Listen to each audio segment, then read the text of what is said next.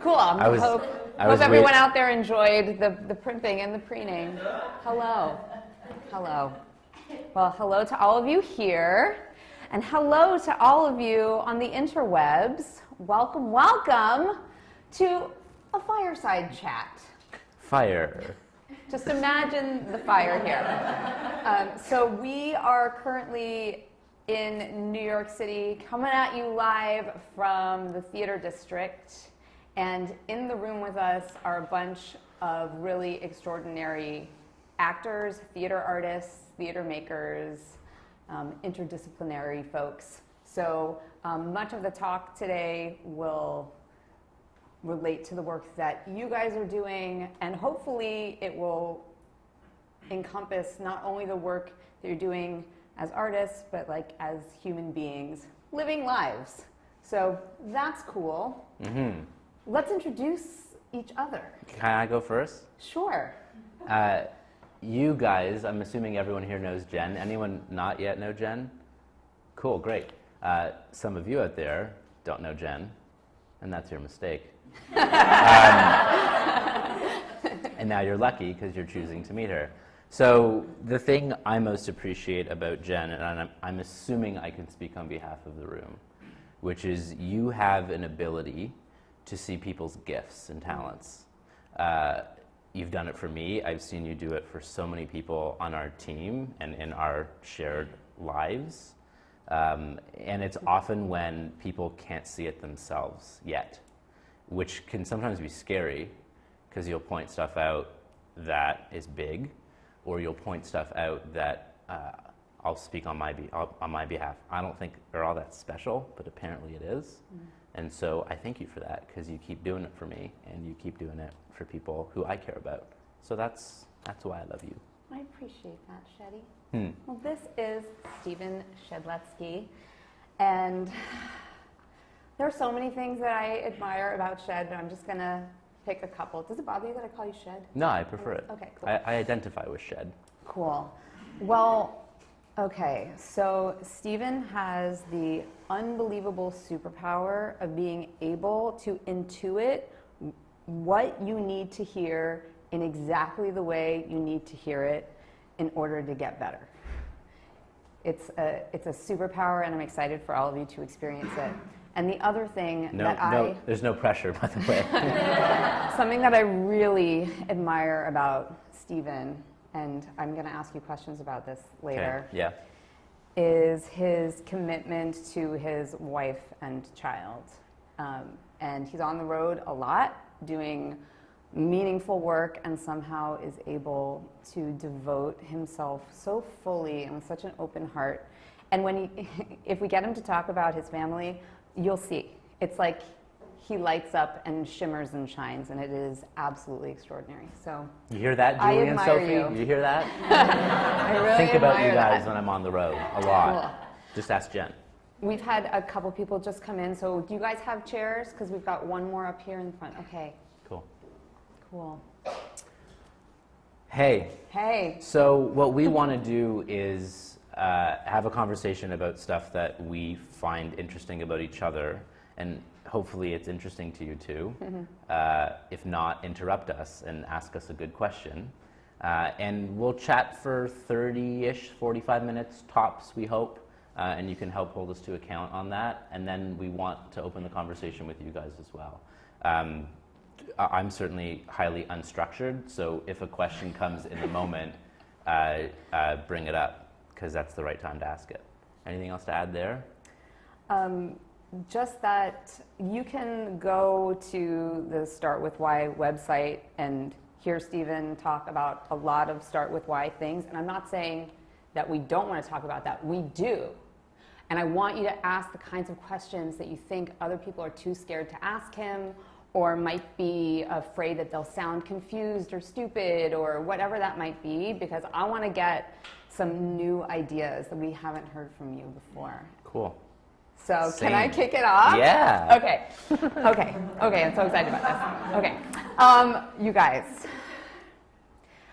I was looking for the parallels between Shed and all of you in this room, and many of you who are listening at home, who have this gut feeling that you are meant to be a part of something, but you're on the outside of it, and you're trying to find your way to the center of it, and there are gatekeepers and people who would have to accept you as something special or something important. And so I want to talk to you about how you ended up in your position, because the story that I've heard, I'll just bullet point really quickly, that you were a total outsider and a fan of Simon's work. Okay, then you can tell me later if I've gotten this through line correct. You probably, you're like way off. You're getting at least people's interpretation of it, right? Okay, I'm sure. So outsider, then fan, then possibly fanatic, then... I would say annoying puppy dog. Okay, so then we're going like, who is he? What are we gonna do with this person who fully gets it, but we don't know him, we don't know if we trust him. Oh, come in and be the voice of the company. So that's what I want to find out about. How did you do this? Yeah. Because there are many people sitting here who have their eye on something very specific they know they want to be a part of, and they don't know how to break through and get to the center of it. It went exactly like that. So I have nothing to add. No, Okay, I'm cool. kidding. So I think there's a couple of questions. So one, I think everything starts with self-awareness and clarity. So one of the things I love about my generation, millennials, though we hate the label, or Gen Z, young-ish people, is, we say we want our work to have impact, right? But to say I want my work to have impact is a really meaningless statement. The meaningful statement is, what type of impact do you wish to make that is personally meaningful to you, and when you're able to do it, it fulfills you. And of course, we're social animals, so when we serve others, it serves us on a neurochemical level, and it just feels nice. That's us living life on purpose. So first and foremost, it takes getting clear on that piece. Then I've learned, though it was really hard, because one of my strengths is activation, and I build trust quickly, sometimes too quickly, that I was ready to move quicker than the other party was, which can get you into trouble, because it takes two to tango. So, should I tell a bit of the story, and we'll just see? Tell us the story. And then ask me questions to help me Okay. along. So, I hated my first job. Anyone?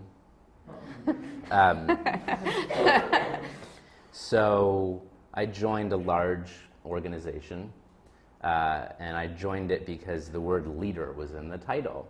And my education through school was I loved this word leader and what it meant, from a really service-oriented place. So, my definition of leadership was to take care of those in your span of care. That's leadership. But I didn't know that there was a lack of a standard definition of the term. So I joined this large company in a leadership development program, but I just assumed, leadership. But they were defining it based upon profit and loss, authority, tenure, and are you white, male, and have gray hair. That's how they were evaluating it. I hated it by about month 4. And part of the reason was, on my first day on the job, 1,000 people were let go in the company, and I was walking in. It's a tumultuous environment. You didn't hear that, right? So one, I was attached to I'm gonna make it at this company. My first cousin worked there.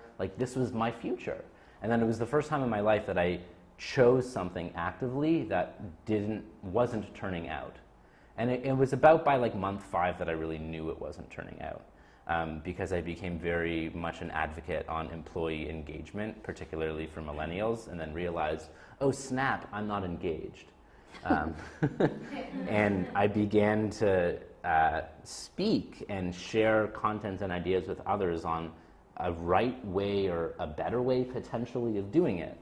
and so because of pain, I began to get clear on what mattered to me. And then I just decided to pursue it, even though I wasn't really welcome to pursue it in the place that I spent 9 to 5. I just started doing it anywhere I could.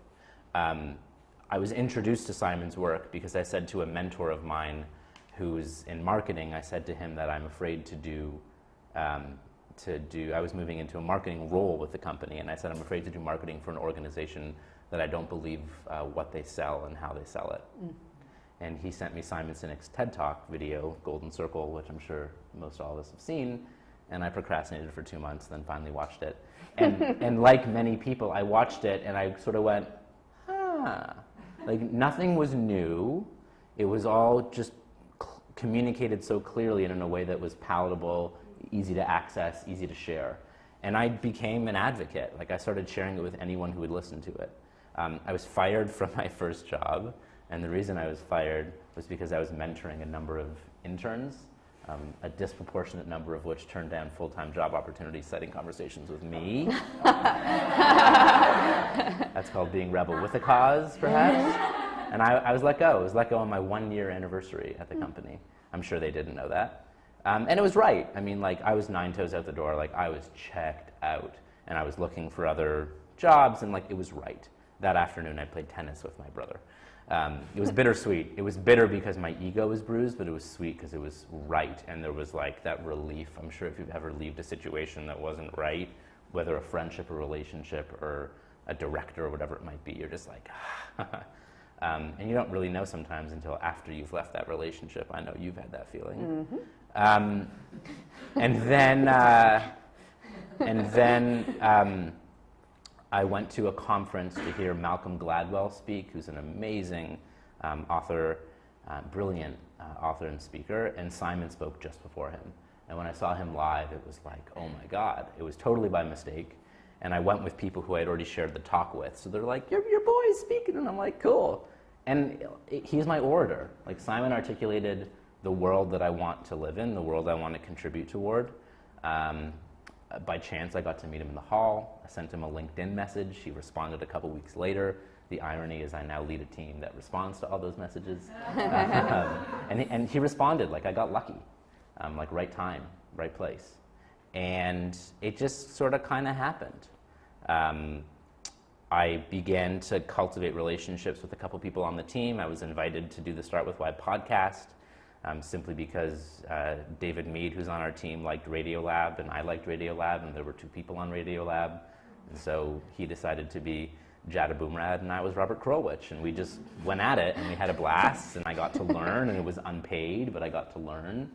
And I was living at home with my parents, because I was making a go at, like, what I knew I wanted to do at 25 for the rest of my life. And, like, I almost made the decision where I was convinced, oh, I hate my job because I live at home. Or I can't be who I want to be because I live at home. So, like, I'll go live beyond my means, put on velvet handcuffs, and go live in a condo, in an apartment with a roommate. And I'm so happy I didn't do that, because I would have locked myself into depending upon a paycheck that was sucking my soul. And I toughed it out, and I lived under the poverty line at my parents' home, so it's fine. I mean, I had dinner. And the big thing that shifted was I realized that my success was a direct correlation of people wanting to take risks on me. And talk more about that. So, confidence and belief in oneself is important. Done too much, it becomes arrogance. And I can be guilty of going into arrogance, probably when I'm not even aware of it. And I mean, I joined our team, and I was doing stuff that I wasn't that great at, in terms of I joined and I was responding to fan email for about 2 years, which Simon describes as painting the white fence as Karate Kid. It's like, why am I painting the fence? Just paint the fence. And I wasn't contributing in the way that I wanted to, or I feel I could, or I feel I was destined to, or had the strengths to. Like, I wanted to be a speaker, But if I'm honest, like I kind of wanted to be a speaker for me, for my identity, for my charisma, because it fed me. I mean, like Simon's an introvert. He doesn't want to be up on stage. He's doing it for a reason. I want to be up on stage because I love this, right? Which is dangerous because sometimes your charisma can get in the way of your leadership because charisma and ego, I think, are closely related. And so it was in New York City after I'd been on the team for 2 years, and I kind of had this epiphany where I kind of realized I have an opportunity to contribute. There are aspects of the job I was good at, like I was good at responding to fan email. I just wasn't good at responding to all of fan email. And I wasn't highly organized or structured, and so I didn't really follow or build a system to like make sure things weren't slipping through the cracks. And I said in our strategic offsite, which was 4 of us, It's a bigger team now. 2014, that I said I've been stuck in convincing myself that I can only contribute aligned with my strengths, and I realized that I have an opportunity to contribute, and I'm just going to contribute. To which point Simon said, and that's what's going to make you successful. And so if you're an entrepreneur, if you're an artist, like it or not, people need to take risks on you. People need to believe, like, I trust their sincerity, I trust their competence, I trust their consistency. People need to take a risk on you. Even if, like, you start your own thing, people still need to buy a ticket. That's a risk, right? And so I just became obsessed, and I'm still obsessed with what are the conditions I'm creating for people to want to take risks on me.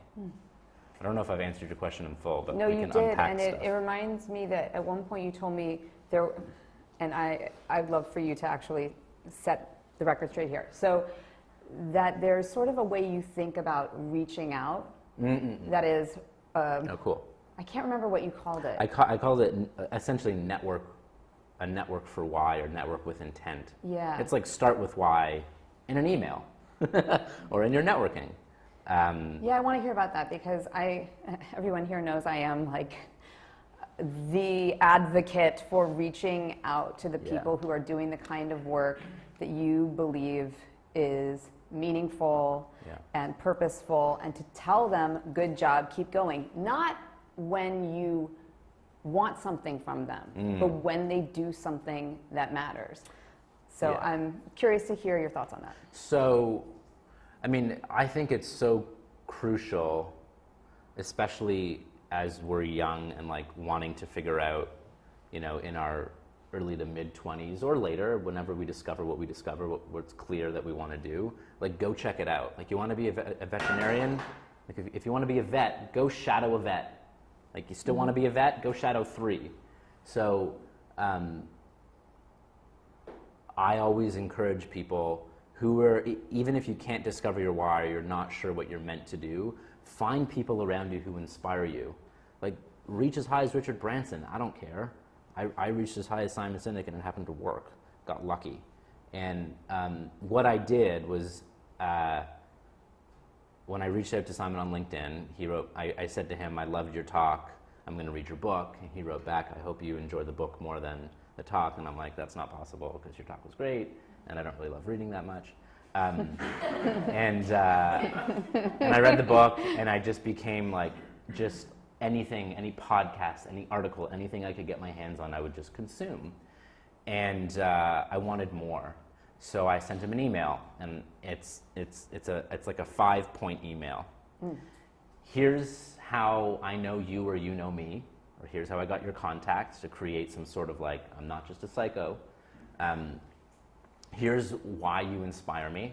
And if they read that and you get it right, they'll keep reading.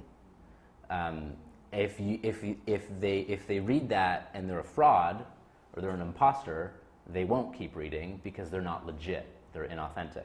Then, so you say, here's how I know you or you know me. Here's why you inspire me. Here's what I'm inspired to do because of the impact you've had on me. Now they'll really keep reading, because if they're legit about their cause and you want to contribute to it, they're like, yeah, I want to help this person.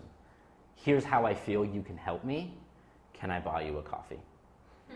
And I wrote that email to Simon, and I got a response immediately. And it was an autoresponder that said, I no longer respond to my professional email. And, you know, write to these three people, Kim, our current co-CEO, David Mead, who's become a best friend, and this other person, Danielle Summers, who was Simon's exec at the time, and she's now a nurse. And Danielle wrote back, set up a time for Simon and I to speak. David wrote back the day later and said, we can't, you know, all the best. And I'm like, I felt like I was in kindergarten all over again, being like, one teacher said I could go to the washroom, the other said I couldn't. But yeah, that's the network for why email, if you will. I love that. And something we've been talking about in class recently is when I'm on the receiving end of something, I don't want to be able to poke a hole in your story. So the thing that I love about what you said is that before you reached out, you completely immersed yourself in everything that was out there that you could read and listen to and understand. So sometimes I will hear someone say something like, I am obsessed with new work, I want to do new work, I'm going to reach out to such and such composer, and then I go, like, who are your favorite writers? And they're like, well, I can poke a hole in that story, that's inauthentic. So there was this 90-second video I saw on Facebook. Right. Yeah. Right. Or, you know, you see, for the actors listening, you see the breakdown come out and you're like, well, that looks like it's right for me. So now I'm going to say this is my dream role. But I've never read the script. This is inauthentic. And the authenticity goes a long way. And this is also, I think you're pointing to, so Simon's next book is on finite and infinite games, which is like, I don't believe in a dream role. I believe in a dream career trajectory, which is at the end of my career, how do I want people to describe my body of work, right? I want people to say, I sat in their audience and they made me feel like I belonged. I found a part of me that I didn't know existed, and it felt welcome. You know, like but that's infinite impact, and now you can find all the finite rules that can help bring that to life, or you can even create it yourself. So like, you know, we've discussed, as I'm learning more and more about Broadway, that, you know, the system, you know, though there's lots of shows, the system may be a little bit broken. Yes. Which I'm happy I feel comfortable declaring that on the interwebs. And the system is broken. Quote, Jen Waldman, the system is broken. And when the system is broken, you just make a new system, which takes risk, that takes courage, it takes leadership. But if you got a vision, share it with someone, and if like two people go like, yeah, just like say like, let's create it. Easier said than done, but yeah, this worthwhile. goes back to, I was complaining to Shed in the lobby before we started this. I see it as a culture crisis in our industry, and the theater industry specifically is what I'm talking about, that there's a lack of integrity, and I can't tell whether the onstage part is the truth or the offstage part is the truth. So to me, I define integrity as when what you believe, what you say, and what you do match. They are integrated. So the artist community, in particular the theater community, is pretty outspoken about the beliefs that we as a community hold, the way we value inclusion, the way we value belonging and acceptance.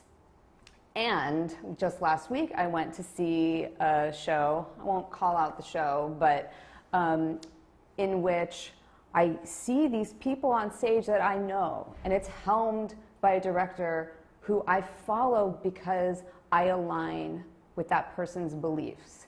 And yet, on stage, we are making statements at the expense of the things that we believe in. So I left, it actually kind of took my breath away to see people who I know will go and march and donate and then get on stage and get people to laugh at the people they are off stage trying to protect. And that is an integrity crisis. And because we are a community of freelancers, there is nobody leading the theater industry. Everybody works job to job to job. whether you're a director or a choreographer or an actor or a music director or a trombone player or whatever your what is, and we're missing a collective why. Why are we doing this? We say in our industry, and for many years I said it sort of not really wrapping my head around what it meant. Theater can change the world, or the arts can change the world. And then I look around and I go, well, why isn't it? Why isn't it? I mean, there are, of course, examples. I look at someone like Lin-Manuel Miranda, who is a personal hero to me because everything he does, everything he makes is in service of his vision.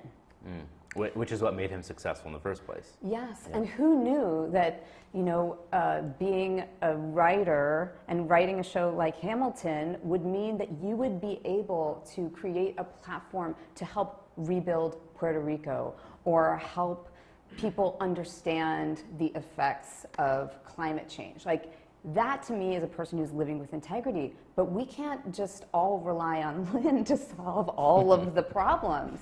Like, he can't do it alone. And so what I want to know from you, so often the way things happen, if any of you have been involved in building a show from the ground up. So if you are a replacement, you know going in what is asked of you.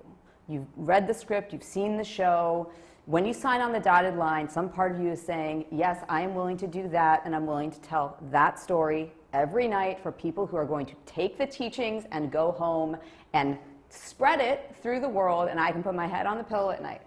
But when you are involved in the development of a piece, you sign on the dotted line first, and then you sort of figure out what it's turning into second. So my question for the person who is so good at having meaningful conversations, what do you do when you feel that little thing inside that's like, my integrity is being compromised right now, but I have a contract that says I don't get a say? Yeah. What do you do? So Kim on our team has taught me an equation, which is my truth plus your truth equals higher truth.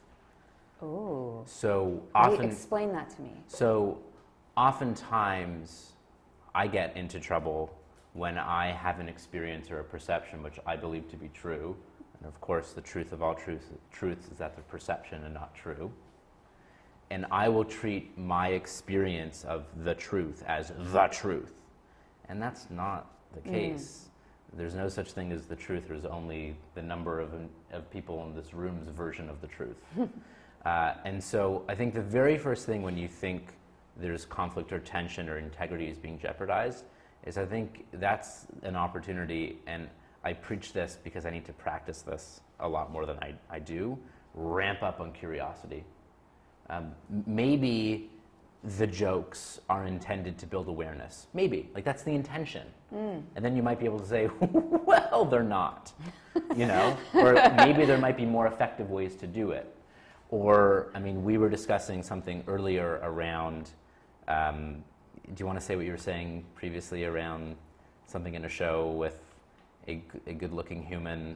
Is that appropriate to share? Yes. Well, I recently saw a show that I recognized one of the actors because I had done a series of master classes for this person's school when they were going through university. And this was a very skilled actor with a sharp set of finely tuned skills, a beautiful instrument, and extremely traditionally good looking and cut.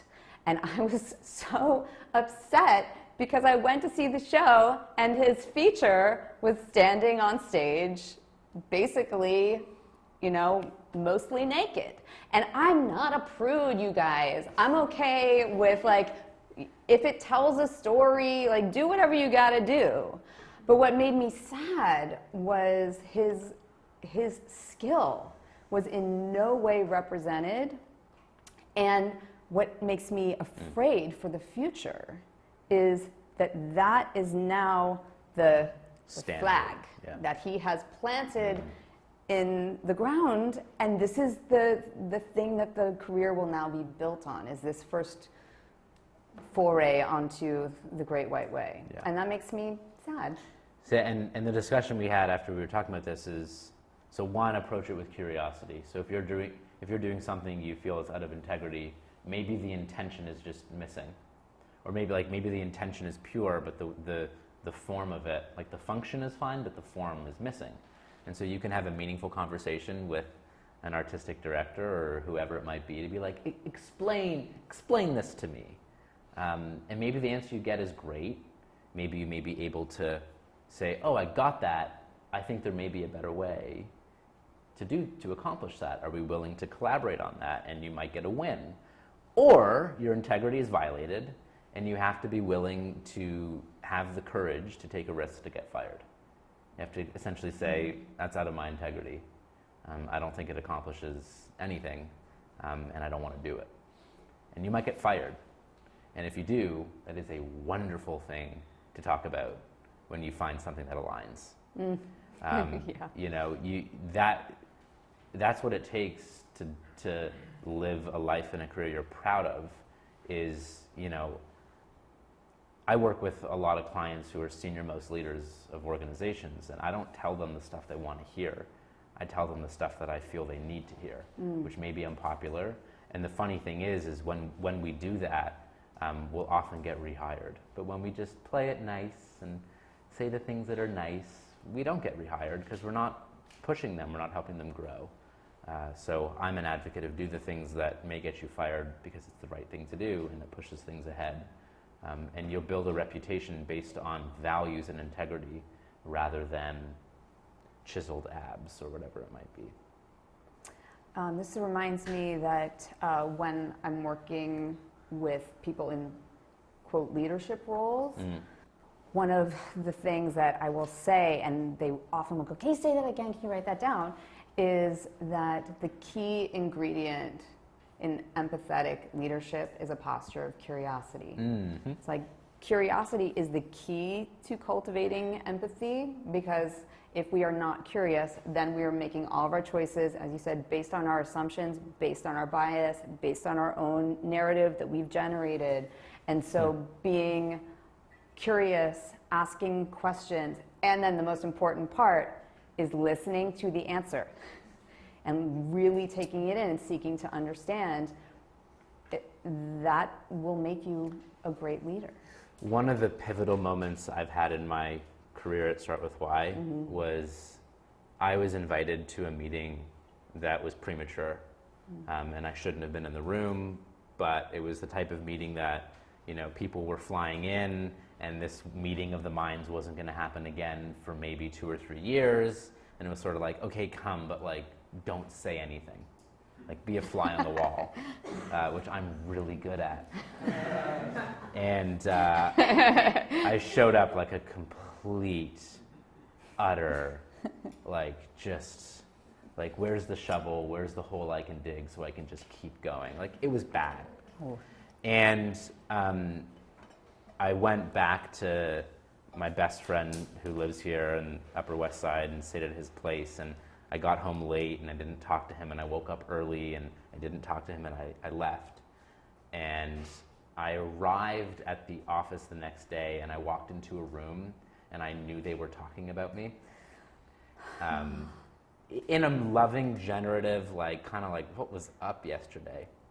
And I had an opportunity to sit down with our co-CEO, and she was about to open up her mouth and like deliver the feedback, which is like, I know she was going to say like, I'm not sure this is for you. Like, kind of like, you're either going to get one more chance or like, this is done. And I went, and I'm just like, can I just own up to what happened yesterday?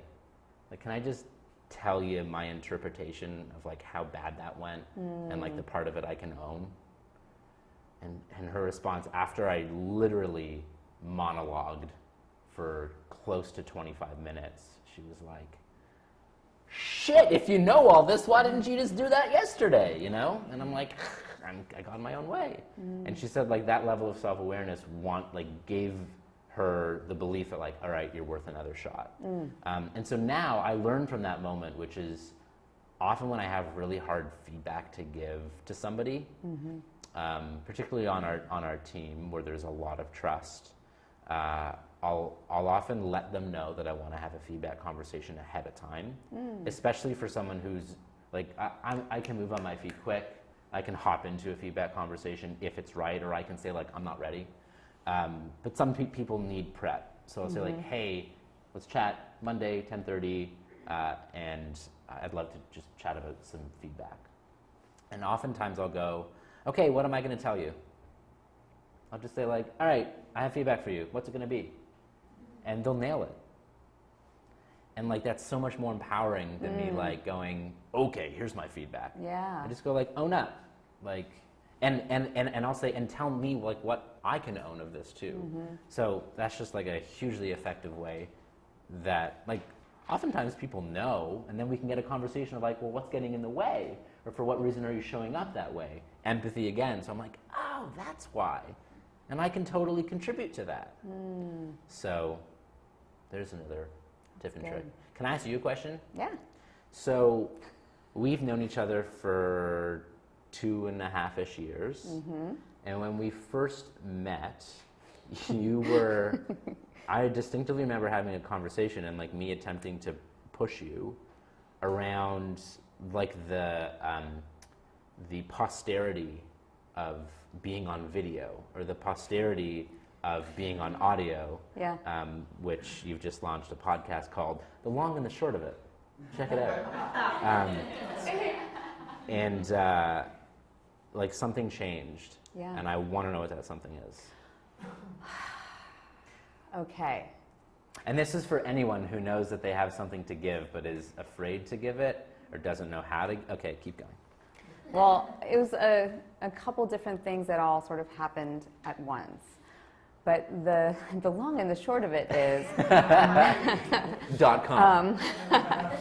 is that I had this, I would call it an overwhelming fear of being recorded. Part of the reason I love the theater so much is that it happens and it's over. And I was one of those actors who, if I saw the little red light happening when I was on stage, it would ruin my whole performance knowing that someone was taping it. Like, it made me nuts. And I couldn't really figure out what that was all about. But as I was simultaneously realizing that I had things I wanted to share, I said something to Simon Sinek about legacy. And I'm paraphrasing, but the gist of it was, don't talk to me about legacy until you're willing to record your work. And I was like, oh, okay. I mean, yeah, you're right. You're right. So then I had to actually take myself on and investigate, what is it all about? What's it all about, Alfie? And what I've sort of come to is that I was not ready to fully claim my assertions for fear that someone would be able to poke a hole in my story. It was like the fear of being wrong was greater than the desire to serve. And so you said to me earlier today, I think you got Alt MBA'd. So the Alt MBA is this great online program run by Seth Godin, and I did get Alt MBA'd last October, and I met there Peter Shepard, who at that time was assigned to be my coach, is now my podcast host on The Long and the Short of It. And he's probably watching from Australia. Hey, Peter. And he was basically like, you've got all this stuff to do. Figure out what it's about and start doing it. And then once I was really ready to start looking at that, he was able to point out to me that it wasn't only manifesting itself as a fear of being recorded. It was manifesting itself as compartmentalization.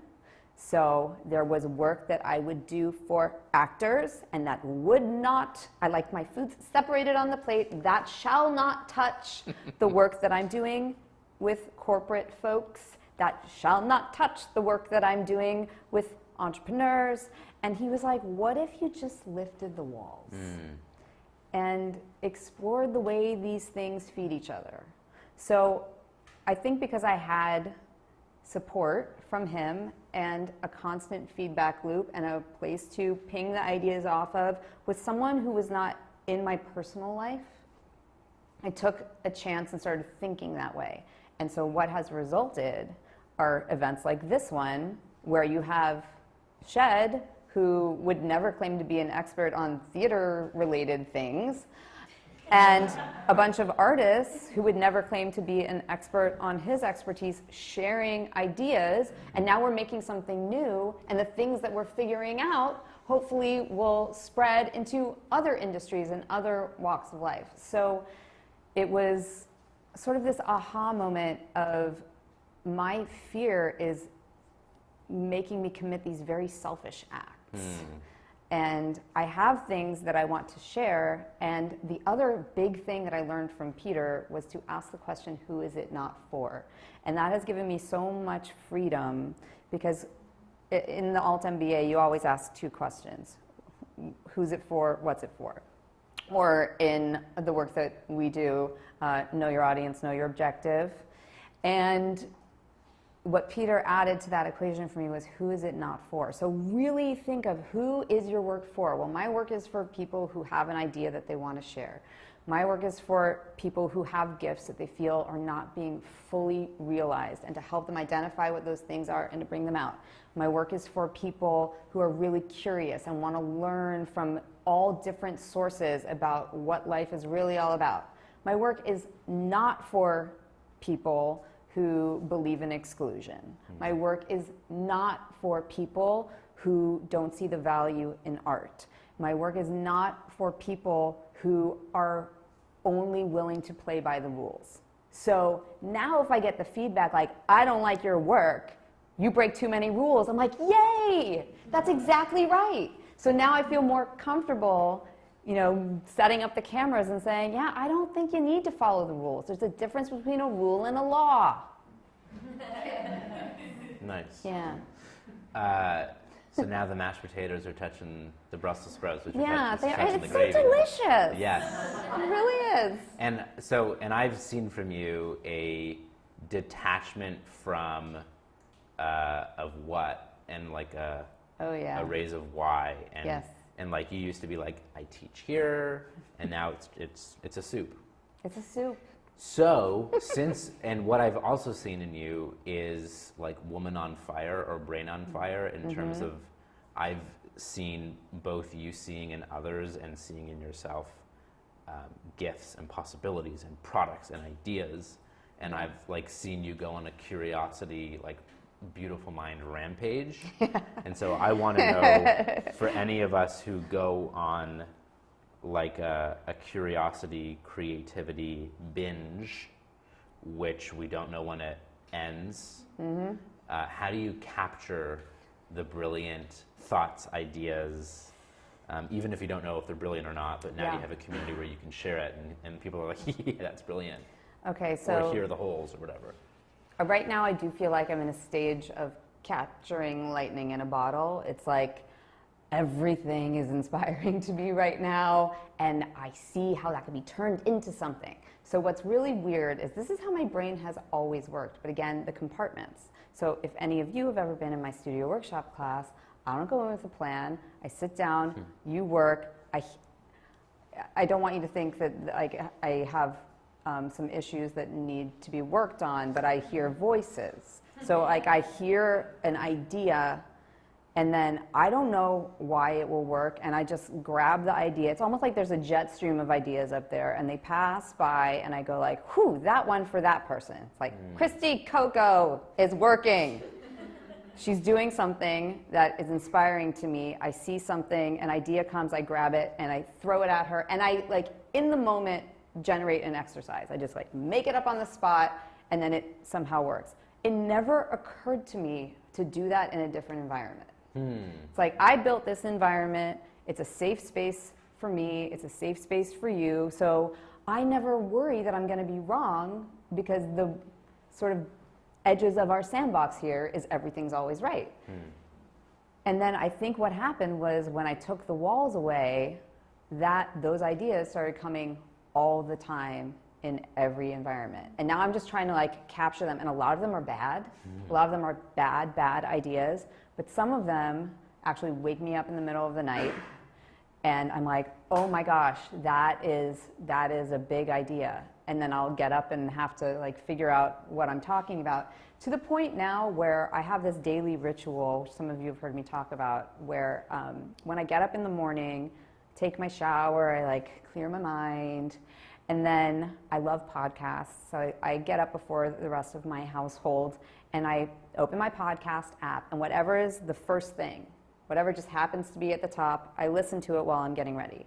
Then when I get on the subway, I think about all of you, and I try to connect the dots between what I just heard and the people I'm about to go see. So I might be listening to a podcast about sanitation on the streets of New York, like the sanitation workers. And then I'm like, okay, I got Jaleesa and Aaron. How does this connect? How does this connect?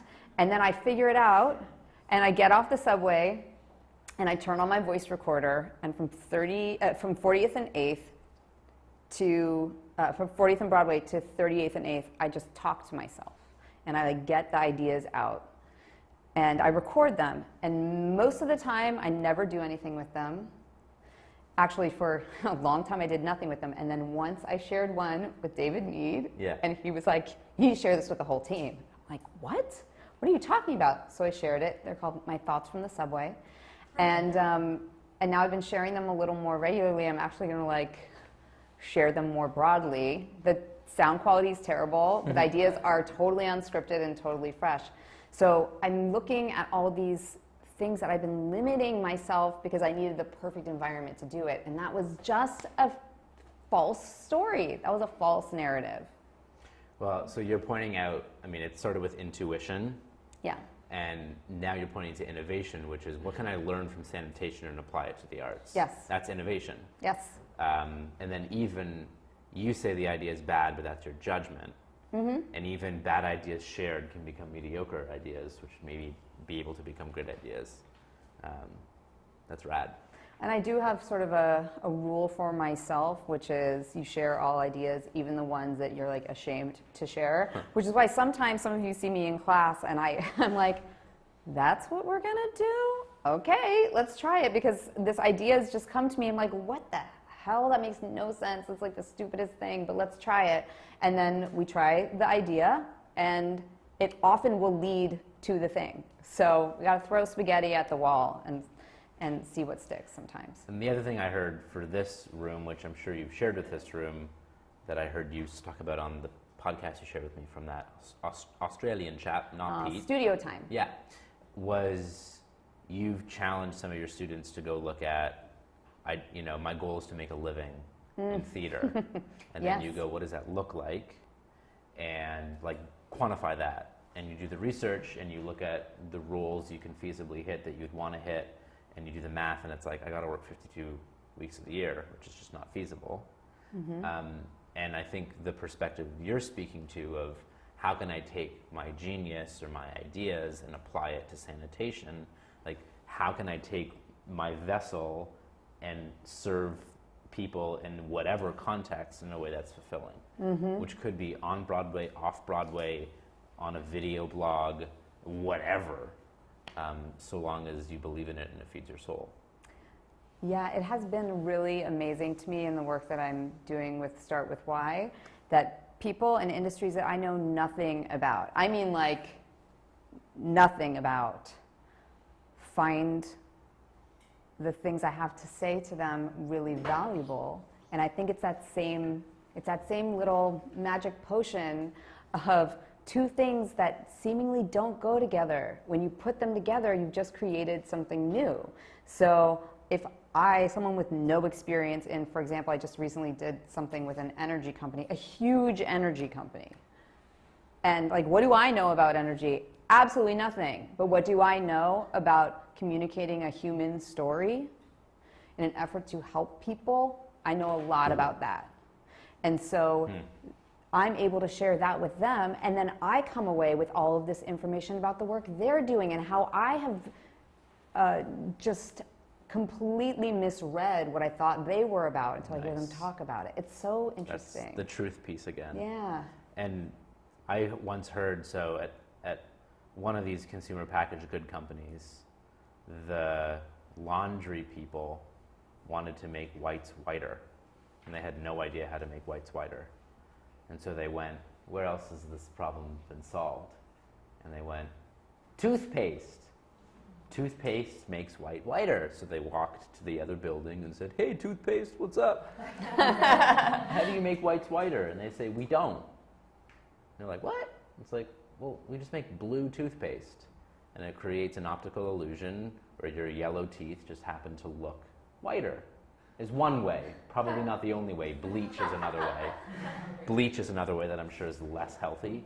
And so now most laundry detergents are blue. Yes, they are. It makes your whites whiter, but it doesn't. It just makes your yellow, yes, yellowable. But that's a perfect example of like, what's your version of making whites whiter, right? Which could be on stage, which could be at an old folks home, which could be in a call center. Like, I'm just throwing stuff at you. But that's fulfilling. Why don't we pause, open up to some interaction, and then I have at least one more question I want to ask you. Oh, groovy. Cool. Questions? And if you want, I can ask that one question, and you guys can think of questions, and then we'll have this conversation. Or you have a question. Tony! That's just as planned. Hi, so when you're working on a team, when you're working on a project with a team of new artists that have never met before, Yeah. what's the most efficient way to get everyone on the same page, artistically and logistically? Can I repeat the question for our listeners at home? So when you're working on a team with a bunch of new people, how do you get everyone aligned on the same page? Yes, Artistically and logistically. Yeah. I have an answer, and then you'll add on a better answer that works in your context maybe better than I can. So relationship is the foundation of accomplishment. The more relationship we have within ourselves, self-awareness, with the people around us and the world, the environment around us, the more we can accomplish together. And relationship is both breadth and depth. And so one of the exercises that is amazing is typically when you sit in a circle and it's your first casting meeting or the first meeting of the cast and everyone, it's like everyone introduce themselves. They're like, hey, I'm Tony, and you try to say something that's impressive but humble. And let's face it, the person who's going after you is not listening to a word you're saying because they're thinking of their own introduction. And so one of the greatest exercises you can do is say, okay, you each have 4 minutes, find someone you know less well in this room and interview them for 4 minutes, and then you will switch. Here are some questions you can ask them. What is a most recent fulfilling experience you've had? What is a childhood memory that is clear? Who is someone in your life that you wouldn't be the person you are today if it weren't for them? And let's think of one other question. I just did this morning, so I'm blanking. One more really thoughtful question. What is a word that inspires you and a story that epitomizes that word in action? 4 frickin' minutes. Then the activity is you introduce the person you've just interviewed and you describe the essence, what you most appreciate about what you heard about them. Don't talk about titles, don't talk about past productions, don't talk about directors they've worked for, because who cares? Who is this person as a human being? And you will have the most powerful meeting you've ever experienced. And it requires that someone has to go first. And it's great if a leader goes first. Or maybe you just choose to be the leader. And say like, hey, instead of doing like this thing, like this might take 45 minutes, but like I think it'll set us up, or we can just do it as a cast after. And it may, it may not align you artistically and logistically, but it'll align you on a relationship perspective and allow you to build empathy that when it comes to aligning artistically and logistically, it's easy. I would just build on that and say that relationship is to other people, but also to the material. So deepening the relationship with the material is going to be the foundation of the success. And I think back to a specific moment in my life when I was directing a production that shall remain nameless for a theater that shall remain nameless. But we had a really tight production schedule. And the artistic director said to me, I think, Jen, we should forego the first read with the ensemble there because they have so much music to learn, but they don't have that much to do. So let's send them into a different room and you'll just read the script with the principals. Now, I had not had that conversation with myself about my own integrity, and I was not at a place where I even knew if I was willing to get fired for that. So I was like, yes, whatever you want, whatever you want. And as a result, half the cast had a relationship with the material that was based on my being able to articulate a vision, the why this show, why today, what do we hope the audience hears, what do we want them to take home with them, how are we going to do it, what's the timeline we're going to do it on. Now with all that in mind, let's read the script. And when we got into the actual run of the show, there were 2 different shows happening on stage. Nice. One very successful one with the principals, and then the other one where the ensemble, I'm sure that their level of engagement was dictated by the fact that on day 1 we were like, basically, you don't matter to us. So they didn't have a relationship with me, and they didn't have a relationship with the material. How could they be successful? So this idea that I really failed them as a director in that moment. And I never wanted to experience that again. So now if I'm directing something, we spend a lot of time together as a family. And in fact, I will get the actors in a circle and say why they are there. Yeah. Say the reason Lawson is here is because this is what I see in her. This is how she is going to help us bring this to life. Oh, nice. The reason Riley's here is because this happened. She said this to me at the audition and I was like, I need this person's brilliance in the room. And then there is this shared sense of wow, we really are all here because we're supposed to be here. I don't know if that helps. Yeah, that helps a lot. Cool. Yeah, Kevin. I don't really know how to articulate this right because there's a lot of emotions with it.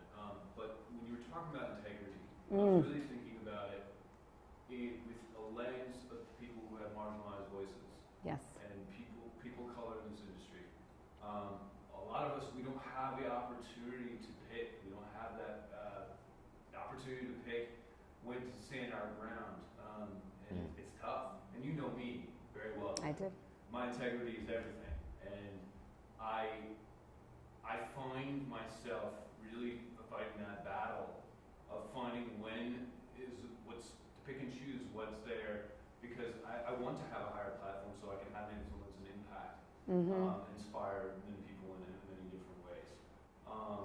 But a couple years ago, I went to a SAG screening of, I can't remember what the movie was, A Lion with Dev Patel.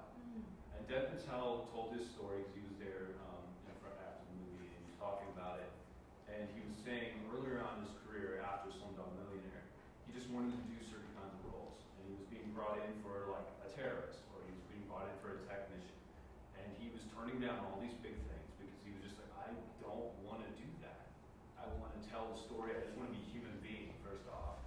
And secondly, he just had this, or he just kept having this conversation with his agent. And then in the end, he realized that he had to break the mold within. Yeah. And that's what I've been battling with myself. Because I just came off in a situation where I was working on a show where, the director, who's a very well-known director, basically told us in a certain situation that this is what you're doing and nothing else needs it. And it's hard to show up and do your job with purpose when somebody says that to you. Okay, I have so many thoughts about this. I want to just repeat a little bit of this back for the folks at home. So essentially, and please tell me if I am misrepresenting your question. The question is about as artists of color in an industry that marginalizes your experience and existence how do you take a stand for your own integrity, and where do you draw the line? Does that sound like a good representation of the question? Okay, so I've got a couple different thoughts about I'm glad this. you're going first. And you guys rein me back in if I need reining, because as some of you know, this is a deep passion point for me. And I'll tell you, I had an aha moment about this recently. So some of you know I teach at NYU, and one of my colleagues there is the extraordinary Michael McElroy. And if you've ever been in the presence of Michael, he's majestic. He oozes charisma. He's so charming, and he's so smart. And I basically will listen to anything he has to say. And what he told me is that the diversity and inclusion department at NYU had changed their name to diversity, inclusion, and belonging. And this broke my brain into a million pieces. And I'll tell you why. Back in, maybe it was 2006 or something. It was after that. Whatever. In some year, about 10 years ago, I proudly stood down in downtown Manhattan and received a proclamation from the city of New York for the work that I had done as a champion of equal rights. And I received my award that day standing next to Gloria Steinem. And I was like, people, this is how you do it. Like, you take a stand for what you believe in, and then you get rewarded with a proclamation from the city. Well, now I must be this equality expert. Hello. And then when Michael said that, I realized that if you do not view belonging as the desired outcome of diversity, you're doing it wrong. If you do not view belonging as the purpose, as the who's it for, what's it for of diversity, then essentially what we're using diversity to do is actually strengthen the already broken institutional ideas of who's on top and who's on bottom now. And so Broadway and many other industries have not yet pointed to belonging as the reason why we would do anything to be diverse and to include all voices. Right now, it is what I like to call, well, I don't like to call it, but I call it performative wokeness. And this is when we perform our equality championship, Gallup proclamation. But I'm not doing anything to make people feel like they belong. And so when I say, well, look at my cast has a diverse actor, which, by the way, what the hell does that mean? How can a person be a diverse actor? Unless they are varied in the styles that they can play. And then we go, we did it. And it looks great in our production photos. So great, in fact, that we're going to make sure that that person's featured on the website, because then people will know we like diversity.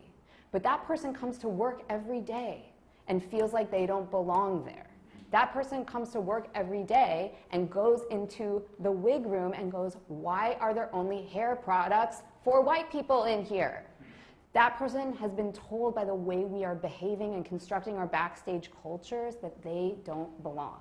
So it is going to take a major shift in how we think about what diversity is for. It is for people to know that they belong. So that's the first part. Thank you, Chris Rice. Thank you, Chris Rice. And then the other part is something else that I learned from a fellow JWSer's husband, which is when you hear, it can become very challenging in this business because there is some very, there's some language that is being tossed around that is just inappropriate, but it's said so nicely. For example, they're going ethnic with that role, right? Or I think casting decided to go another way. That promotes this sense of exclusion. I don't remember who said it, but somebody said, when you have had the highest status, equality feels like oppression. That's what's going on in our industry. very often. And so what I learned from him is when you hear that, it doesn't matter if you are a person of color, an other abled person, someone who identifies as trans, or an ally.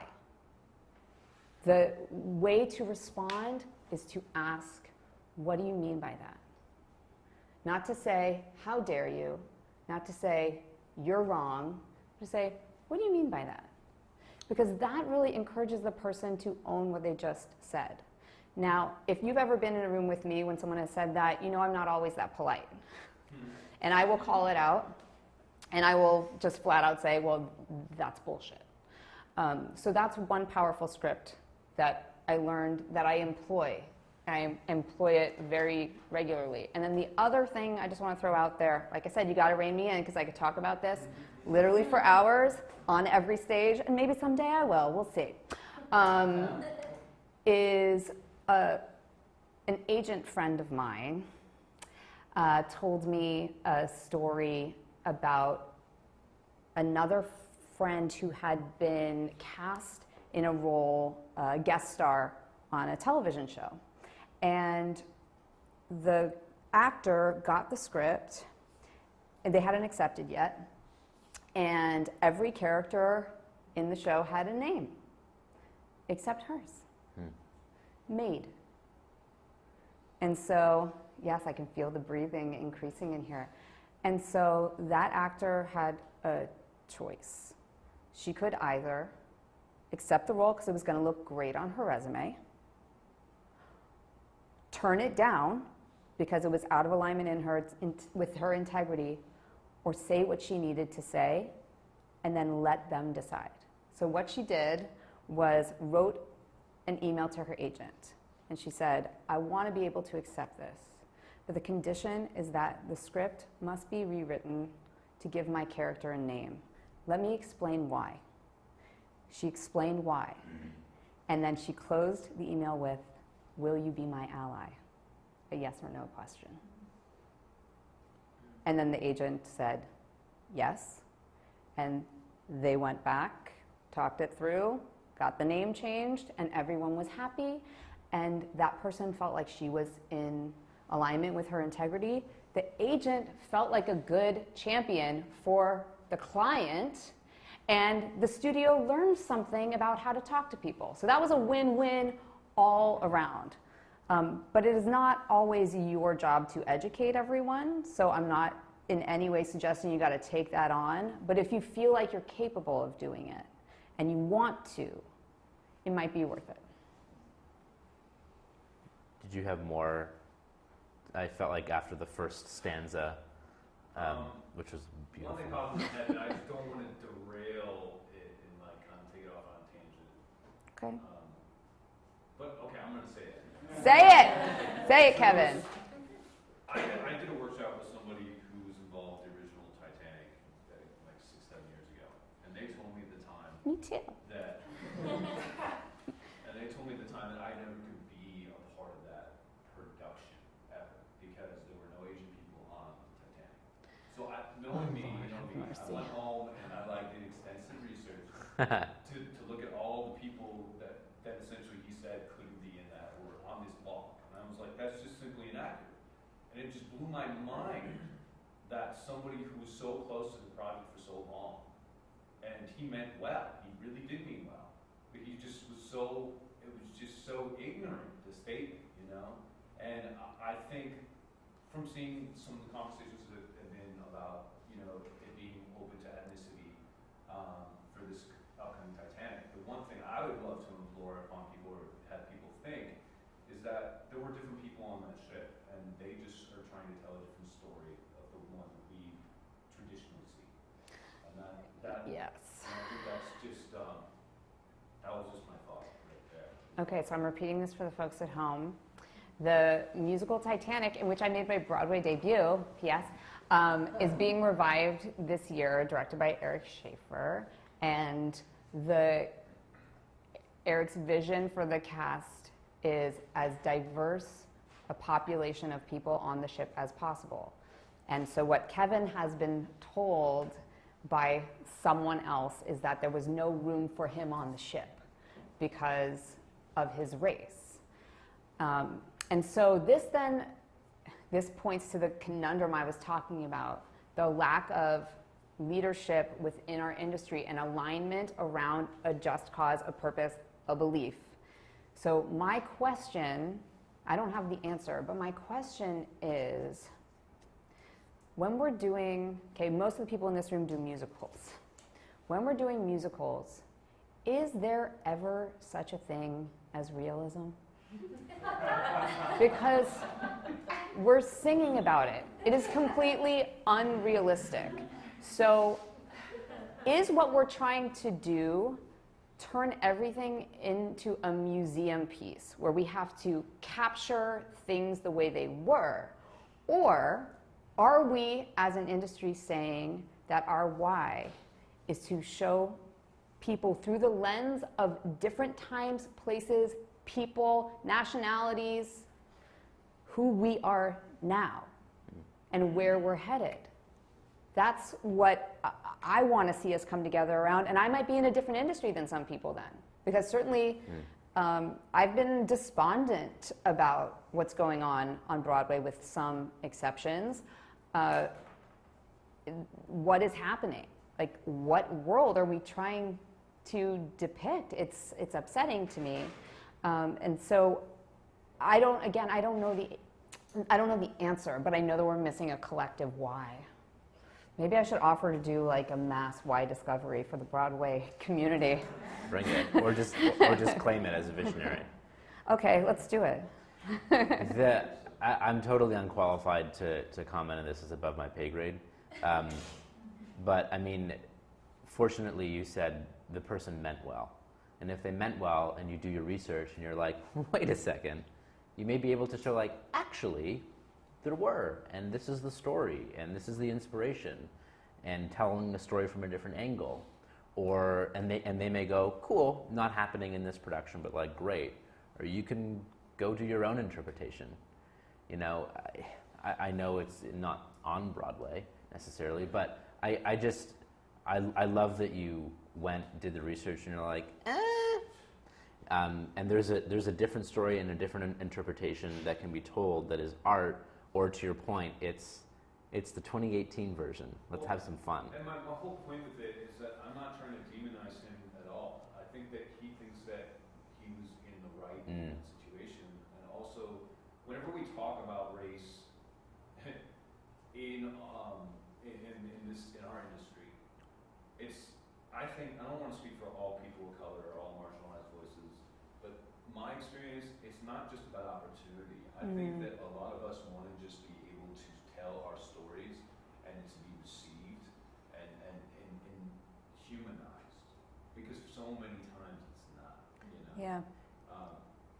I know this is a little bit of a tangent, but I just think it's important. I think again, the question of who is it for and who is it not for might be helpful around, like, who do you want it to be received by, and who is not going to get it, and that's their problem, not yours, which might help you claim it and be accepted by those you want to be accepted, or heard by those you want to be heard by. Might help. Cool. Thanks for the courage to bring that up. Yeah. What else? I've always said about you, Kevin, you are a leader. You need a megaphone. I would follow you. What other questions? It's okay if they're on a different topic, that's okay. Yes. I feel like I have so many passions and so many interests and so many skills. I feel all over the place. And I have trouble charting a path through it. Like, when do at points I focus on one thing, then I focus on another. At some points I'm focusing on like 3 or 4 things at once, and I don't always feel like it brings me the happiness and success that I'm looking for, because I feel so all over the place. So I'm curious, thoughts on that? I want you to answer that, but I'm going to just repeat the question, which is, and please tell me if I'm misquoting you, that what you are feeling is all over the place because you have many skills, many interests, many curiosities, and how do you carve a path for yourself when your interests are so varied and your skill set so varied. Does that sound like a summation of it? Cool. So the Simon Sinek Start With Why, our interpretation of the question would be that you have one passion and many outlets with which you can bring it to life. So one thing to do is to find clarity on what is the passion, which you can't do on your own, because we cannot be objective with ourselves. We can't look at ourselves in the mirror and say, what's my passion, my why, my purpose, and you get it back. You get some swear words and it's not that pretty. And so you need to find someone who you trust, someone who knows you enough, but can be objective with you. Someone who wasn't part of the experience. Like, what you do is you essentially share stories with them of when you felt at your best or when you've been most challenged, peaks and valleys of your entire life. This is how you find your why. But you share it with someone who's objective, share it with someone who ideally wasn't involved in those stories or has their own interpretation of like, no, that's not how it went. It's like, actually, it's my story and it went that way. So you find a partner who can be objective, you share the stories, and the golden thread emerges. Like, there are just blatant themes that keep coming up. And you tell 5, 6, 10, 12, 3 stories, and the themes just are loud.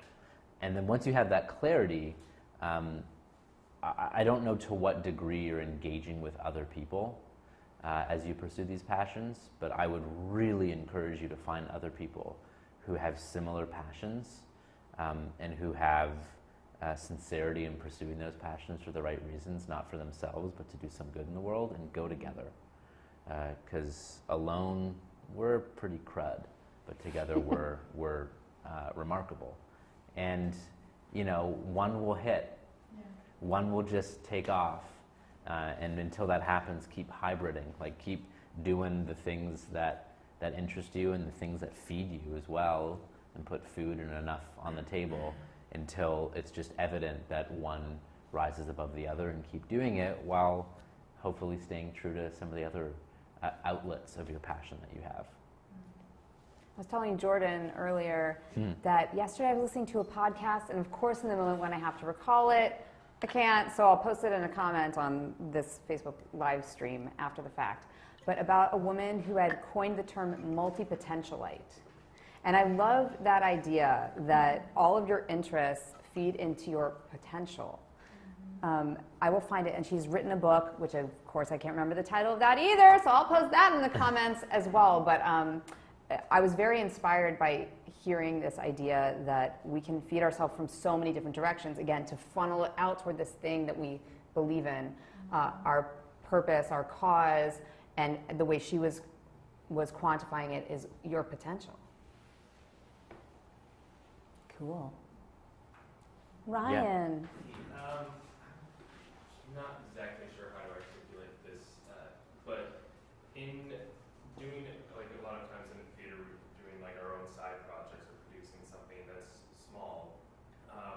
Or I guess this could work for larger also, but taking a conversation with someone when you're fundraising to asking for money from someone, how do you take that into something without feeling like you're just trying to grab something from someone, and like in a way that's like bringing them in, like, hey, you can be involved in this project that we're really passionate about monetarily. Like, how do you bridge that gap? I'll repeat the question and you can go first. Cool. So the question is how, oftentimes there are side projects or things you're working on the side that you need funding for, that you really believe in, you're passionate about. How can you enter into the fundraising conversation and at the end of it feel inspired and not icky, right? That you're giving and not taking. Cool. I literally go around the country and talk about this. So I'm really excited to answer this. So the first thing is to recognize that you identified that person for a reason. And there is something in what they have demonstrated in their life's work, their body of work, their output, that led you to believe that something like this would be meaningful and important to them. And when you know that about someone else, how dare you deny them the opportunity to participate? So that's the first thing. And it's an opportunity, it's a gift that you see someone, Like that's actually an act of service in and of itself, that you want them to be a part of this and that they're destined to potentially. Yes, and so what I always like to start with is the why. The why. What is it that is so important about this project seeing the light of day? What human problem does it seek to solve? And rather than thinking of it on a big scale, identify one human whose life will be touched by it. So just to give you an example, I recently did a talk for a healthcare organization for their donors, and the goal was to raise money at this event. And so instead of talking about all of the projects that they were working on and saying like, well, they're going to build this clinic and then they're going to serve 20,000 people next year, I just created a hypothetical story. And I told a story that I had made up about a single father who needed health care and was having to choose between feeding his daughters and seeing a doctor. And we know that can be a fatal choice. But in a world where today we can raise money in order to expand this network, that choice will never have to be made because you will have made it possible for him to do both. So when we make it human, we connect it to the human part of it, and we keep it generous and service-based, people feel that and they want to get involved. Now the danger here is that this is also how we get manipulated. So your why, your own why, your cause must be so true and so clear to you that the people who you are enrolling are going to feel that you have made good on your promise to them to help them make a difference in the world.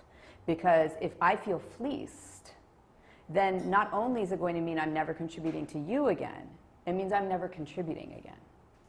And so we have a responsibility as people who go out and seek enrollment for the projects that we want to create to always make good on our promise to the people that we've offered that opportunity to.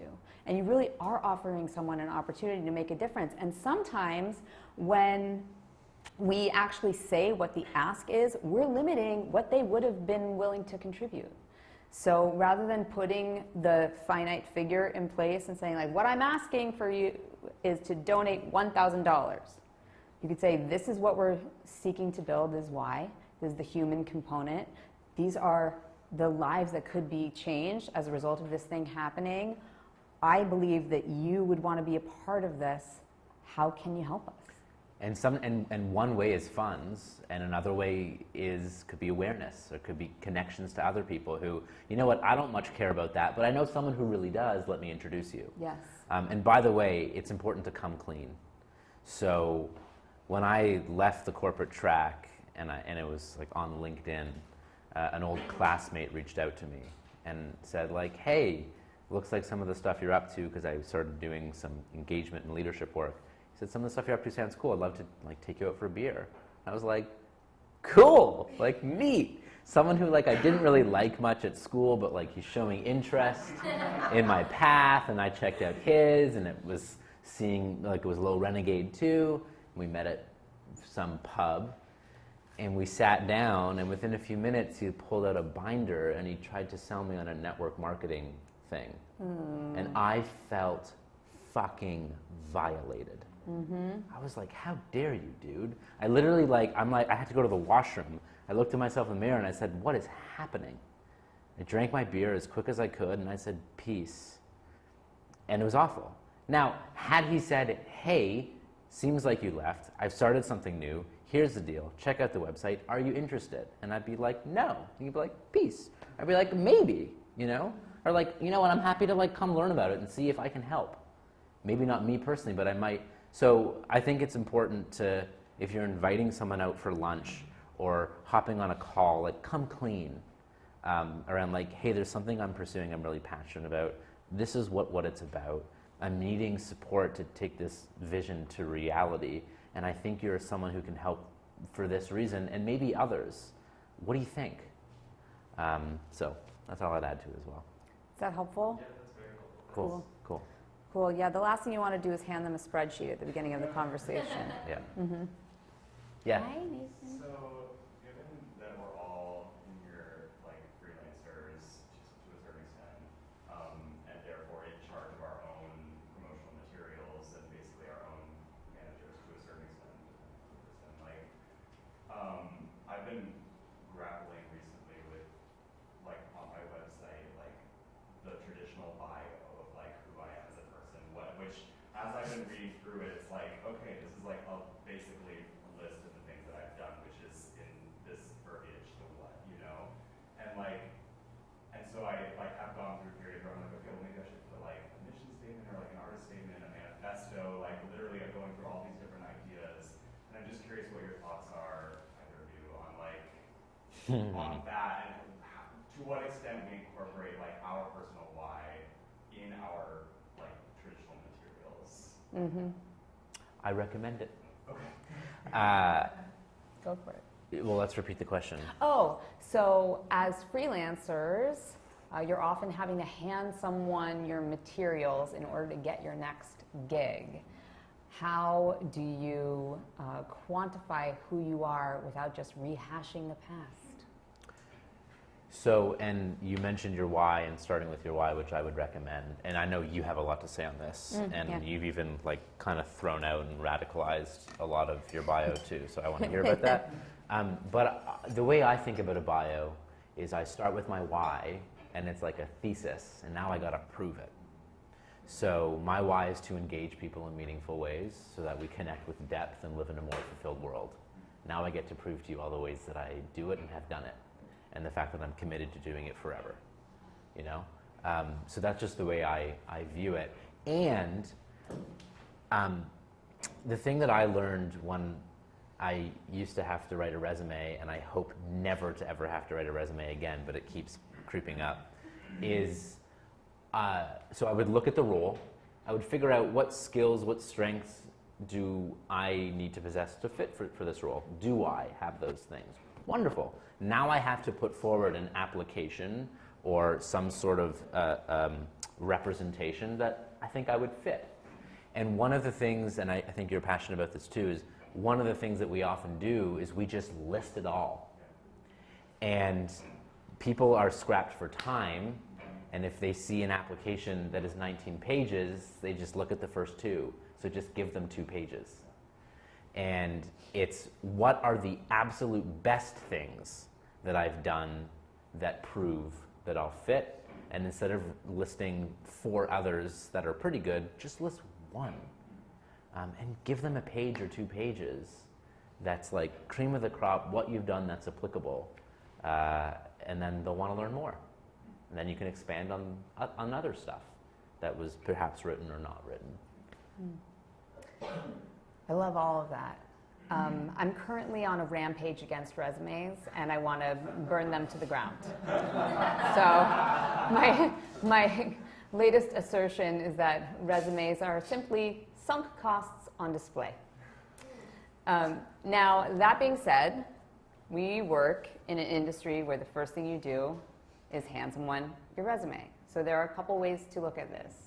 The first is, I'm not going to take the time to do this here, but maybe I'll put a video together. Someone hold me to that. There is a science to a good resume. There's a science involved in the way we intake the visual information in the order, with the margins, with all of this. So I can help you if you want to do a traditional resume, format it in a way that actually tells the story that you want to tell and will be received as such. So that's the first point. The second is, when I am putting stuff out there in the world, I have to ask myself, if Audra McDonald saw this, would I feel proud? That to me is the pinnacle. So if the answer is no, then I have to change it, because I mean, the goddess must, feel like she would be proud of me. Okay. So, wow, my fangirl just like went way high. Okay. So if it does not make you feel proud, if your version of Audra McDonald looks at your resume, cross off everything that is causing the problem. Then take a look at what you have left. And then start thinking about these things together, what story do these tell? And if there's anything on there that you're proud of but doesn't tell the story, take that off. So we've got to be more strategic about the way we're presenting ourselves to people, because some of you know this story, but several years ago, I was staying with a friend of mine, and I happened to be going through submissions. And I was going through the submissions, and unbeknownst to me, he was so fascinated with how I was doing this that he stood behind me, took out his phone, turned on the stopwatch app, and hit lap every time I went to the next one. And I am very generous when going through submissions. My average time per submission was 4 seconds, because I had 6,000 to get through. So I still think that those 4 seconds were generous. What do you actually want me to see? What do you actually want me to know? If I had less than 4 seconds to spend on your resume, what are you hoping would jump off the page? So that's the first thing. Actually, that's not the first thing. That's probably like the third or fourth thing that we've said. That's a thing. But then the other part of this is, are you willing to keep doing the work you've been doing, just over and over and over again? As artists, the thing that qualifies you is your skill, your impulse, and your talent, right? And so if what you are asking me to base my decisions on as a director only has to do with what another director kind of thought you did once upon a time, how are we getting any closer to what like the kernel of truth is about who you are and what you can contribute? So like, I want to see a world in which you walk into a room and you either hand me a blank piece of paper that has your name on the top, and room, I mean audition room, for the people who are not actors out there, or you walk into a room with something that tells me what you're about. So I know some of you have been typecast your whole career. And shouldn't we be clear that type is just a shorter version of the word stereotype? Okay, so you've been stereotype cast your entire career, and you don't want to do that anymore. Why would you walk into a room and hand me something that says, guess what I'm willing to do? So instead, what if you walked in with a piece of paper, had your name, your contact info, and then a statement that says, my whole career, I allowed myself to be seen this way. I'm looking for people who want to see the world differently now. If that's you, let's do this. And if not, have a nice day. What about that? Something to that effect. Because at the end of the day, what we're doing, and this is why when we say start with why, Simon often talks about your why is like a puzzle piece that you hold up. For your whole life, you've been hiding it because you're afraid that when people know that their piece doesn't fit yours, you'll be rejected. But when you finally are able to find the clarity of what you're really about, it's like, if you don't fit, go the other way. That's okay, you fit with someone else. But I'm looking for the person who has the corresponding piece to this, because I know what this is, and I know where it fits in the puzzle, and I want to make that picture. That makes sense? Yeah. Now, just going off of that question, like with website or like business cards, whatever, I always struggle with this even in an artist way, and even working with Start With Why for a little bit, of how making it actionable to be like why actionable rather than what's, because our industry deals in so much in what's. I'm a singer, dancer, actor, you know. I sometimes see variations like, you know, I'm an actor, singer, and they say, I'm making this up off the top of my head, jazz square extraordinaire or something. Yeah. So Jazz square extraordinaire. Yeah, so you're not a dancer or whatever, but like, you know, like Yeah. I don't know. But is there any tip to that? Because like, Yes. it's been always the hardest thing. Okay, so the question was about like tangible marketing materials like business cards, postcards, etc. Can I please tell my Simon business card story? Because it is one of my favorites. The first time I met Simon, on his way out of my apartment, he was like, do you have a business card? So I gave him my business card, and he was like, never give this to anyone ever again.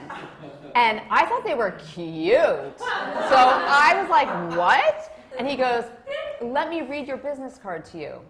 Jen Waldman. Jen Waldman at Jen Waldman Studio. www.jenwaldmanstudio.com. I get it. It's all about you. And I was like, whoa. And he goes, you know what a business card from you should say, Jen? Have you listened to your heart today? He goes, because then I would take that and I would keep it. And every time I saw it, I would think of you because you taught me how to listen to my heart today. And I was like, phew. Because the truth is with the business cards that are just digits, you copy them into your phone, you toss it, you don't remember who gave it to you, you see it come up on your phone, you're like, I don't know who that is. But like Bianca gave me her business card. It is posted on the call board outside, on the cork board outside, because we start rehearsal at 10. And it says, be fierce.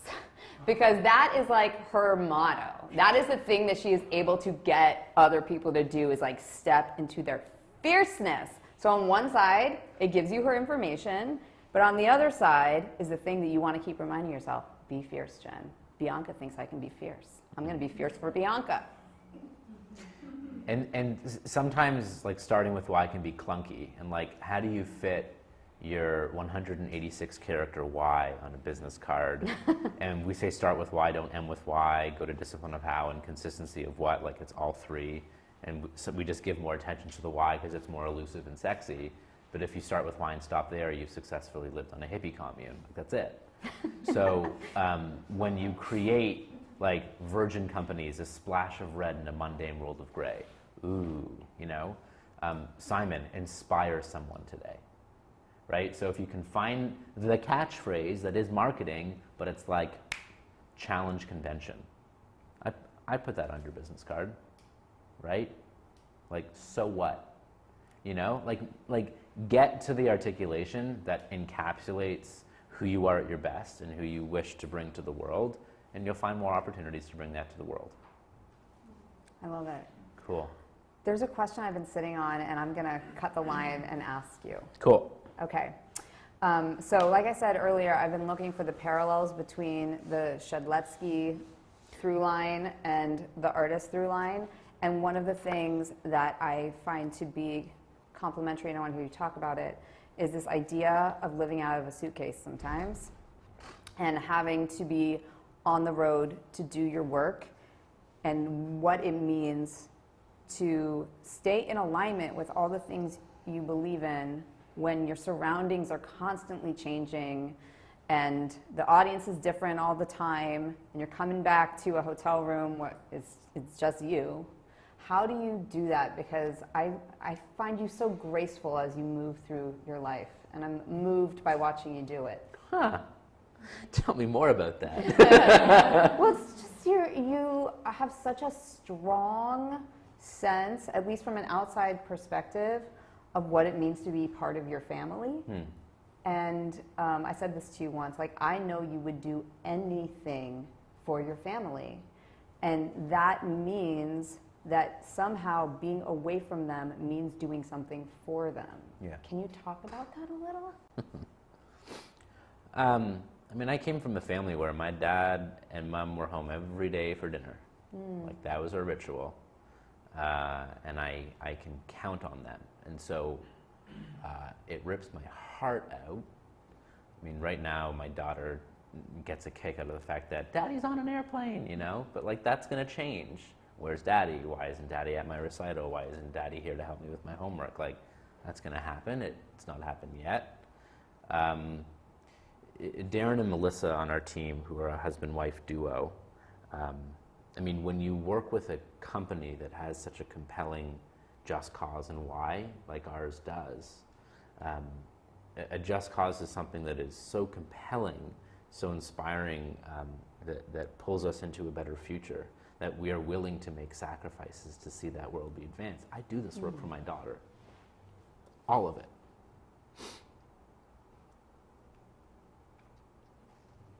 I felt awful at my first job. I saw people around me getting into car accidents. higher rates of cancer because the work environment was so toxic. And I don't want that for my daughter. I want my daughter in 15 to 20 years, whenever she decides to get off the payroll, to show up to a place of work where she is valued for who she is, that she is joining something that is an extension of her family, that just as we pass our children off to marry into another family and to someone who we're entrusting them to, it's the same thing we're doing when we say go off to school, go off to work. And so I do this to create a world in which I feel sure that she will be treated with love, respect, dignity, care, in the same way that my wife and I attempt to provide to her now, even though she frustrates the heck out of us sometimes. And so Darren and Melissa on our team, when they describe traveling to their two young boys, who, their kids are like 7 and 4, it's hard, and they say mommy or daddy or mommy and daddy are traveling because we love the work we do. It's important, and it's important that you too find something that you love doing and are willing to sacrifice to do it for the betterment of us all. And so I like to say I'm glad I don't sell vacuums.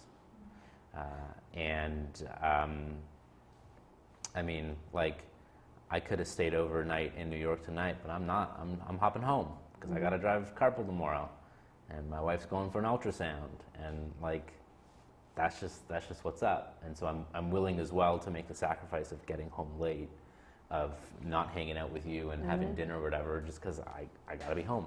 Yeah. And I want to be home. That's where I'd prefer to be. So I appreciate you say that it's graceful. I attempt, last night I had the wonderful opportunity of being on FaceTime for 45 minutes, 30 minutes to help my daughter get to bed, because it's not easy right now. And I can't do that every night.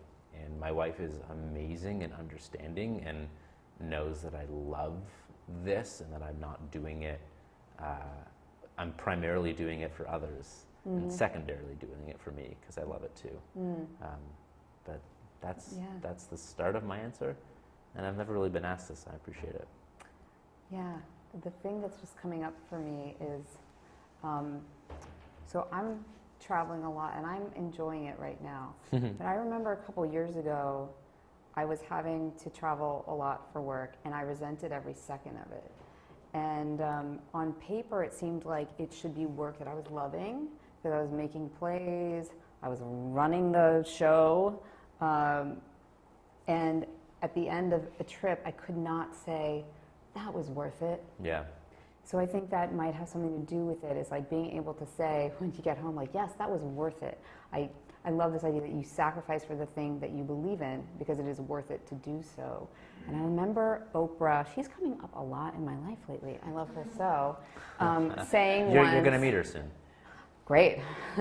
Hi, Oprah. So glad you're watching. So, yes. Oprah and Audra, I can't. Oh my God. But I remember hearing her say the greatest gift you can give your children is to live the life of your dreams. Which hopefully includes them. Yeah. Hopefully. Yeah. It might not. I just love that. Further on to this, because we have a colleague who we work closely with, a guy named Rich Davini, who's a former Navy SEAL Team 6 guy. And he would go on deployment for 6 months to Afghanistan, and he wouldn't talk to his kids at all, because it actually made it worse when he did. And when he got home, it was a fully immersive, tell me about the past 6 months of your life. And he used to speak to his wife every single day, but if he got called into theater and couldn't make the call, you can imagine what that would do to a spouse. And so they spoke once a week for an hour. And that's just a system that worked, and that's what they signed up for. Now Rich is no longer with the SEALs, and he does this work around human performance and trust, and his why is all around what's the next level of consciousness and performance for humanity. He's doing some really cool stuff. He's amazing. And he's got two boys, around 10, 11 and 9, something like that. And he only travels if advances his why, and also it doesn't have to pay every time, but it's got to pay most of the time. And he travels on the same airline, and he stays at the same hotel because they can go on 3 vacations a year and it's paid for. You know, so anytime he travels, it has to be worth it. And in the how many years have I been doing this and traveling for work? 4-ish, and now 2.5 when I've had a child, or I'll extend that because my wife was pregnant, and like, you know, that's already starting. In the 4 years that I've been doing this, every single trip I've taken, save for one, which happened to be overseas, which was a shame and not really that fair, was worth it. Every one. And I return home tired, and my wife knows to like kind of leave me alone for a couple of hours because I'm spent, or sometimes like I'm on because I gotta be on, especially when I get home before bedtime. But yeah, when I leave now, we now measure it in number of bedtimes I miss, not number of nights. So 1 night, 2 bedtimes. So good night, Sophie. What other questions are in the room? Yes, Riley? I have one. It's kind of personal to me, and I'm hoping that it can be applicable to everyone. I've been working on a show where the hierarchy is extremely stated and followed, and there's no infiltrating any other rank. Fun. Yeah. And I have somebody who's very high up, and I'm very low in the rankings. Has been helping me and advocating for me, but I also feel like has maybe taken some of my successes. And so it's kind of weird to present it and almost feel like I'm apologizing for even being there, because I'm just like, sure, whatever you say. So what's the best way to deal with that? I want to hear your answer, and I will reiterate the question for the Good, folks at home. That'll give me more So time it to sounds think like of you're an answer. working in a company, a show maybe, where there is a clear hierarchy of status that shall not be moved, and that someone higher up on the totem pole has taken a mentorship role, but is also claiming your successes as their own, and what to do. So, a couple things that are top of mind, then Jen will add more, and I might have more, or I'll stop. So there's 2 ways to create change in any population. One is evolution, and the other is revolution. Evolution is top down. Revolution is bottom up. Evolution is typically, or I'll say, revolution is typically more aggressive or violent. You cannot. It is hard to influence senior management when you're not one. Hard, not impossible, but hard. And so I would see that you have a couple of choices. I think one is to have an effective confrontation with your mentor, and to deliver what we call, that we've learned from our friends at Barry Waymiller, an FBI statement. Yes, talk about that. Which is the greatest way to deliver both effective confrontation and even effective feedback. Like, I could say to Jen, hey, thanks for tonight, that was great. Or I could get really specific. And I could go feeling, behavior, impact. The order doesn't matter. So how you make me feel, the specific behavior, not when you're a jerk, like, no, that's not specific behavior. When you didn't open the door for me.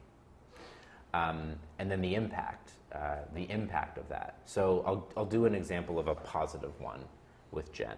I'll say, Jen, I feel so valued and like frickin' special that you even invited me to do this. You know, as with anyone, we question our worth.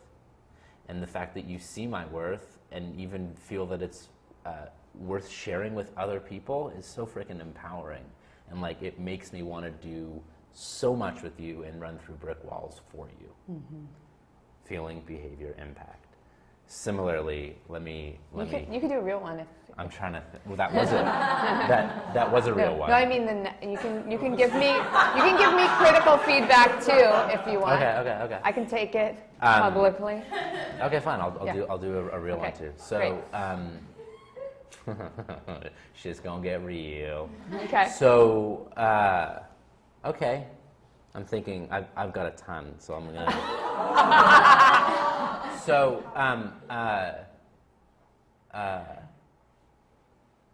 there are times where I have like texted you or reached out to you or wanted to share something with you, and I haven't received a response. And I make up the story that you're busy or even too busy for me.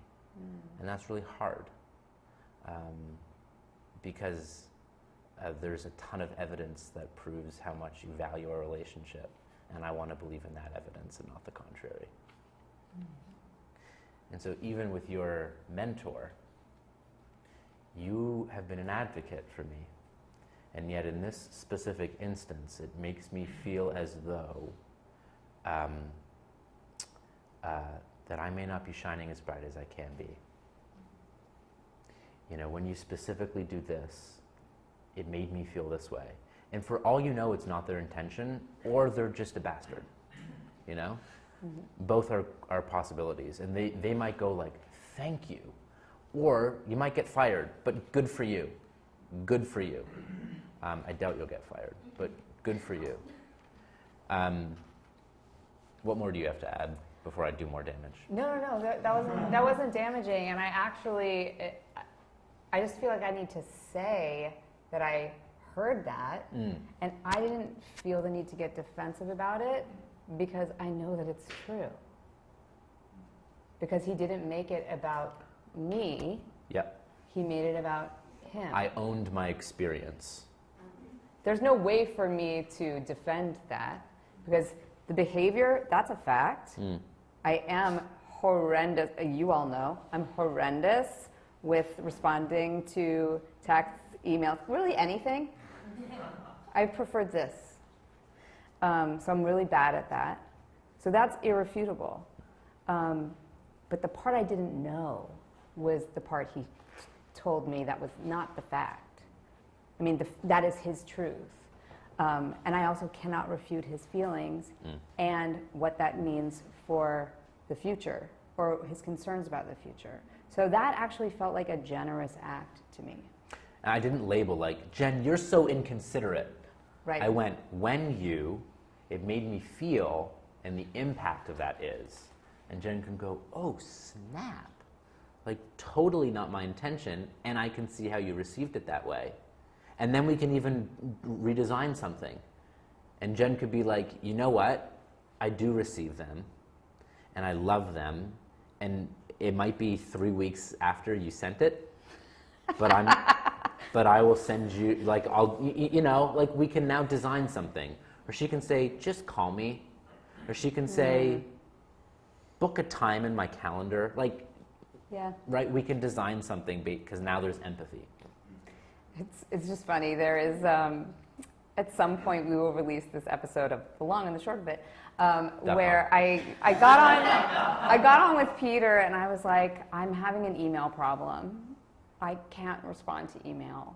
Like, I just can't do it. I hate it. Every time I open my email inbox, I fall down a spiral of agitation. So I'm going to write an auto response that explains. Okay, this is why this episode is going to be funny, guys, because I went to my questioner tendency, and I was like, I'm going to outline the science of why email is bad, all of the science of distraction. I'm going to lay it out in the auto response. Can you start with, hi, you've just wasted your time. And so, what's so funny is he let me talk. He just let me talk, and he was like, okay. And then he sent me the little clip, and I listened back to it, and I was like, we got to get back on the mic, because I just listened back to that. What an asshole. I would be like, I don't care. Like, I sent you an email. Like, just answer the email. So now I'm working on what the rewrite's going to be, but it's a very silly thing, but it is like a serious problem of mine. So I hear you. And you will get a response to your James Corden GIF real soon. My GIF game is He is strong. advanced. He is advanced. Pretty strong. We have time for one more question. Who wants to play cleanup today? Yes. Hello. Just the hurdles in passion projects. I'm curious if there's ever stuff that you almost can talk yourself into and not doing, even though it's something that's extremely passionate, and whether it's out of fear, you almost see all those things, yet nothing really gets fixed, and it's almost like a kind of a gruesome cycle. I'm curious if you guys have ever had that experience and what you did to tackle that, if anything at all. So let me just make sure I'm understanding the question, which is when you have a potential passion project, whatever that project might be, and you're talking yourself out of it, and you know you're passionate about it, what do you do? Is that right? Yes, because I mean, through the self-discovery of the question of, oh, I want to put this up, and then kind of falls like, oh, I still want to put that up, kind of, and you realize you're almost doing it yourself. So it's almost like one step to like fixing the problem, but then this thing still doesn't go up. Is that like, oh, just let it be, or do you stay with it? And how do you negotiate that? So tomorrow morning I'm going to go for a run at 6:45 a.m. Nah. I'm an expert at letting myself down. I will do it 10 times a day. But I'm even a greater expert at showing up for people I care about. So if you have a goal in your head, your likelihood of accomplishing it is 7%. This is Mark Fernandez stuff. If you have a goal that you write down, your likelihood goes up to the range of 40 to 45% that you'll accomplish it. If you both write it down and share it with someone that you have a relationship and you care about each other, north of 85%. And so declare it, form accountability, and go it together. And once you declare it, you're like, oh, it's real now. And you know, I believe a life of purpose and fulfillment lives in doing the things you can't not do. So if this is a can't not for you, and I'm also a belief of like it's gotta mature, but like push it to as far as you can go, or do it once and have it flop so that you can reiterate it and get better at it, and to go together, because that's how you go far. What more do you got? The only thing I will add to that is what you were just describing, this idea of not letting someone else down. That is in the 4 tendencies framework, the tendency of an obliger, a person who responds best to external expectations. I am not an obliger. I am a questioner. I am textbook questioner. I will only respond to my internal expectations when I have all the logics, all the facts, everything that proves that this is the right thing to do. So for me, if I want to mount some sort of a passion project like this one, I have to make sure it makes sense for me to do it, and then there is nothing you can do to stop me. There are 2 other tendencies. This is the framework of Gretchen Rubin, whose work is remarkable, and we are reading for our group, which meets on Halloween, I think. Anyway.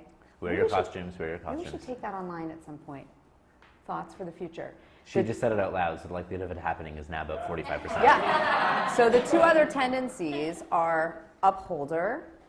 This is someone who responds readily to both internal and external expectations. I recognize some of them in the room. And then the 4th tendency is that of the rebel.